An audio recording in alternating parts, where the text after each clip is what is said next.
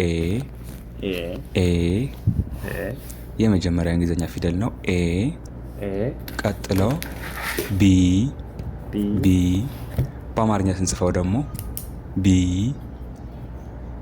ቢ ሁለተኛ የእንግሊዘኛ ፊደል ነው። ከኤ ቀጥሎ የሚመጣ ኤ ቢ ብለን እንደምንሄደው ቢ ይባላል። ይሄ ቢ። ሶስተኛው ሲ ነው። ሲ ይሄ ደግሞ ሶስተኛ ፊደል ነው። በእንግሊዘኛ ሲ ነው። በአማርኛ ስንጽፈው ደግሞ ሲ። ከታች ብጽፍላችሁ ማንበው እንዳይጠፋባችሁ ነው፣ በአማርኛ እንድትይዙት። ኤ ቢ ሲ ብለናል እስካሁን። አራተኛው ደግሞ ዲ።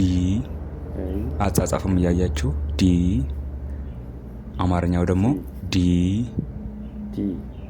ዲ። ይሄ አራተኛ ፊደል ነው። ከዲ ቀጥሎ የሚመጣ ፊደል ደግሞ ኢ ይባላል። ኢ ኢ ኢ ከዛ በአማርኛ ደግሞ ኢ ነው። ኢ ከኢ ቀጥሎ የሚመጣ ስድስተኛ ፊደል ደግሞ ኤፍ ይባላል። ኤፍ ይሄ ባለ ሁለት ድምጽ ነው። ኤ እና ፍ አንድ ላይ ሲሆኑ፣ ስለዚህ በአማርኛው ኤፍ ኤፍ። እስከ አራት ድምጽ ያላቸው አሉ። ይሄ ባለ ሁለት ድምጽ ነው። ኤፍ ይባላል። ኤፍ። ቀጥሎ የሚመጣ ጂ ነው። ጂ ጂ ስንል በአማርኛው ሶስተኛ ጂ እንወስዳለን። ጂ። ይሄኛው እንግሊዘኛው ጂ ይባላል። በአማርኛው ደግሞ እዚህ ላይ ጽፌላችኋለሁ። ጂ ከስር ከስር ያለው አማርኛው ነው። ጂ። ቀጥሎ ደግሞ ኤች ነው። ይሄ ባለ ሁለት ድምጽ ነው። ልክ ኤፍ እንዳለው ቅድም ባለ ሁለት ድምጽ ነው። ኤች ኤች። እዚህ ጋር የምትይዙልኝ ባለ አንድ ድምጽ አሉ፣ ባለ ሁለት ድምጽ አሉ፣ ባለ ሶስትም አሉ፣ ገና ባለ አራትም አሉ። ቀጥሎ ያለው ማን ነው? ባለ ሁለት ድምጽ ነው። አይ ይባላል። አይ አ ይ። ይሄ ባለ ሁለት ድምጽ ነው። አይ አይ። ከዛ ጀይ። ይሄም ባለ ሁለት ድምጽ ነው። ጀይ። እዚህ አካባቢ ያለው ሁሉም ባለ ሁለት ድምጽ ናቸው ማለት ይቻላል። ከኤች ቀጥሎ ጀይ ጄይ ይ ጀይ። ቀጥሎ ያለው ማን ነው? ከጄ ቀጥሎ የሚመጣ ባለ ሁለት ድምጽ ነው። ኬ ይባላል። ኬ ኬ ኬ ይ ኬ። ከኬ ቀጥሎ የሚመጣው ደግሞ ማን ነው? ኤል ኤል። ኤልም ባለ ሶስት ድምጽ ባለ ሁለት ድምጽ ነው። ይቅርታ። ከኤች ጀምሮ ያቸው ሁሉም ባለ ሁለት ድምጽ ናቸው። ኤል ኤል። ቀጥሎ ያለው ማን ነው? ኤም ነው። ኤም ኤም ኤም ኤም። አይ ጀይ ከይ ኤል ኤም። በመቀጠል የሚመጣው ማን ነው? ኤን ነው። ኤን አሁንም ባለ ሁለት ድምጽ ነው።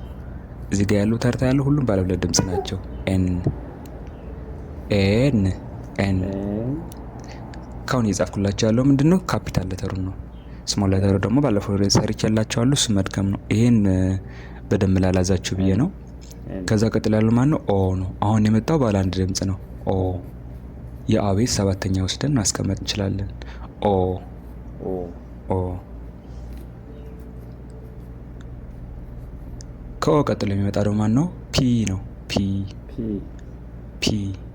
ፓቤት ሶስተኛ መውሰድ እንችላለን። በአማርኛው ደግሞ ፒ ኦ ፒ ኦ ፒ። ከፒ ቀጥሎ የሚመጣው ማን ነው? ኪው ነው።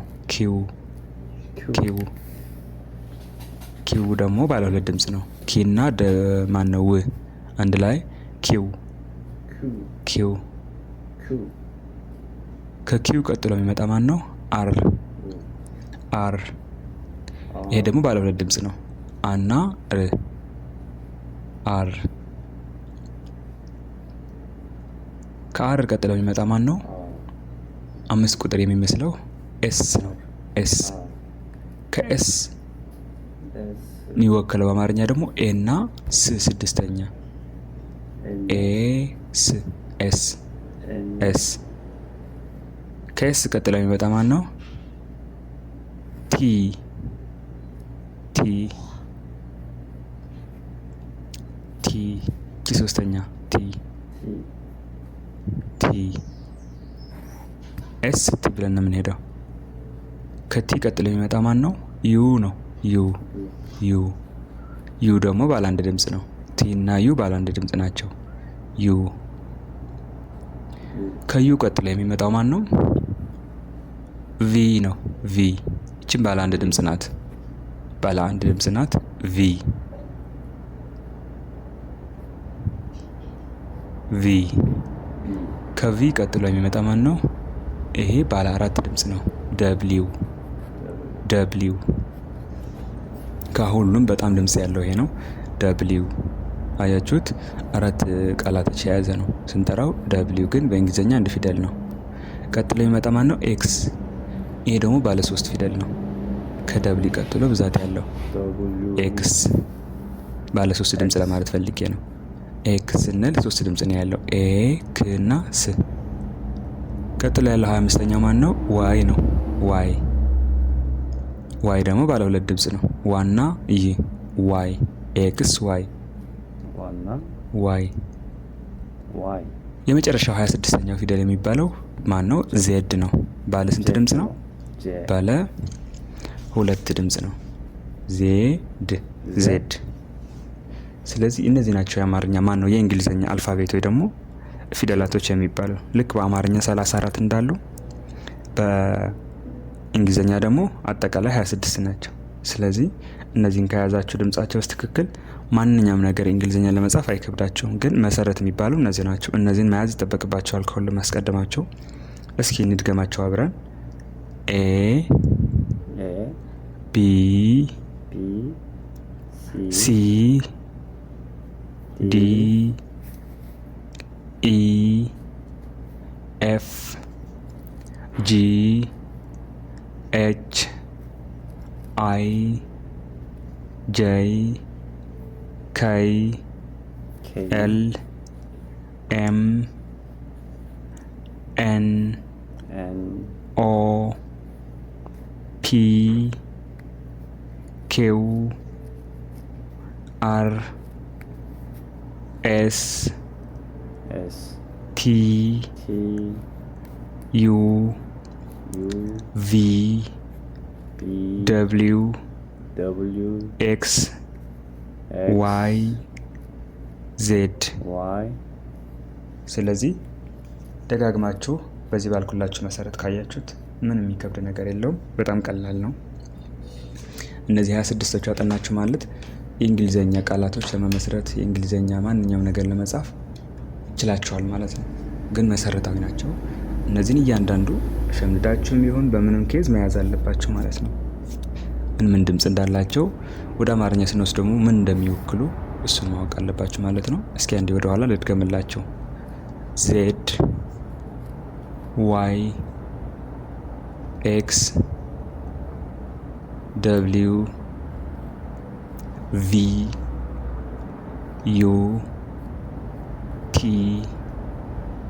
ኤክስ ይቅርታ ኤስ አር ኪው ፒ ኦ ኤን ኤም ኤል ኬ ጄ አይ ኤች ጂ ኤፍ ኢ ዲ ሲ ቢ ኤ። ስለዚህ ደግሜላችኋለሁ። ከኋላም ከጀርባ ወደፊት ከፊትም ወደ ጀርባ ባለው በሁለቱም በኩል አንብቤላችኋለሁ። ደጋግማችሁ እዩት። ቪዲዮን ከወደዳችሁት ላይክ ማድረጋችሁ አትርሱ፣ ለሁሉም እንዲደርስ ማለት ነው። ለዛሬ እዚህ ላይ ይብቃን። አመሰግናለሁ። መልካም ቀን ይሁንላችሁ።